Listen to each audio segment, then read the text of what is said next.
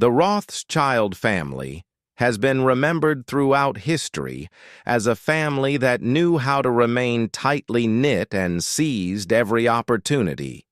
From humble beginnings, they evolved into a banking empire that shaped international finance and politics.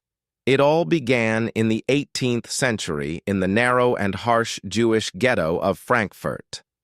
At that time, it was forbidden for Jews like Meyer Amschel Rothschild to own land or engage in agriculture. Following in his family's footsteps, Meyer engaged in the fabric trade.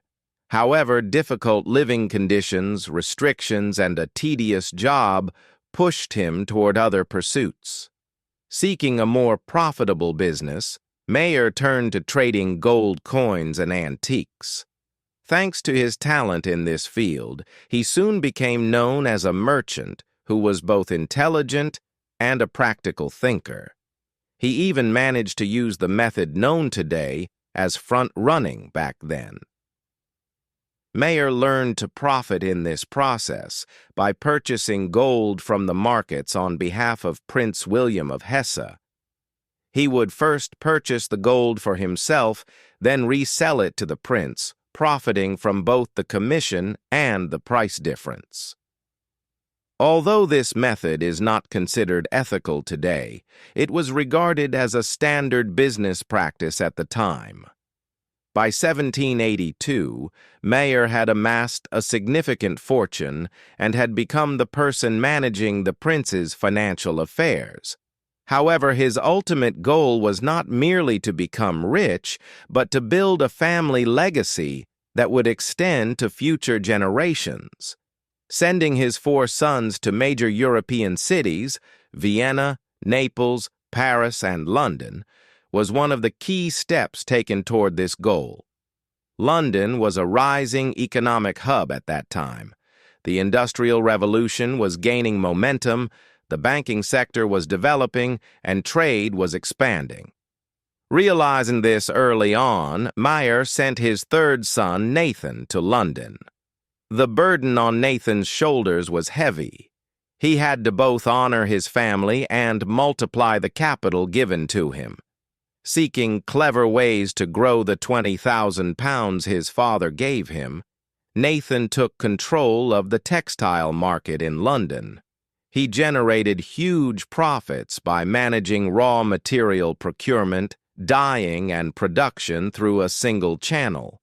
He increased his capital to £60,000 in a short time. While rapidly expanding his business, Nathan was not afraid to take risky steps. He even resorted to methods like smuggling, which were very dangerous at the time but promised high returns. His business grew rapidly, increasing his annual sales to £800,000, and eventually he established his own bank in London. When Meyer approached death in 1812, he gave his sons unforgettable advice. Family unity comes before everything else.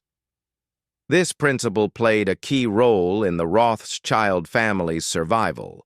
While Europe was in turmoil with war, Nathan's bold commercial moves shaped the era.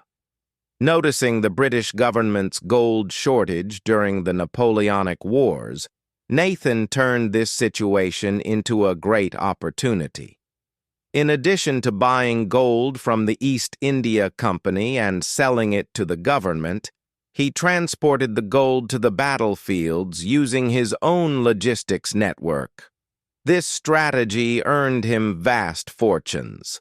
The flow of information was another factor that increased the Rothschilds' power.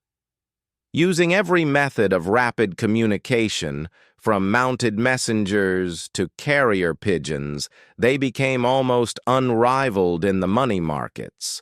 However, Nathan's sudden death in 1836 was an event that shook the family.